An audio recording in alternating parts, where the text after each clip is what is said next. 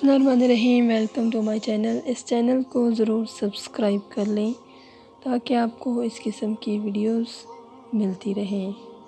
اولاد لڑکی کی پیدائش کے لیے وظیفہ۔ اولاد نرینہ کے حصول کے لیے اسم الہی یا جبار کا کھلا ورد دونوں میاں بیوی کو کرنا چاہیے، یعنی تعداد اور وقت کی کوئی پابندی نہیں۔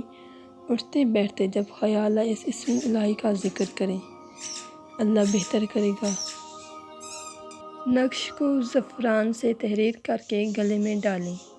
لڑکی کی پیدائش کے واسطے اسم الہی یا متکبر کو روزانہ بعد از نماز عشاء 600 مرتبہ پڑھیں اور صدقے دل سے اپنے مطلب کے واسطے دعا کریں۔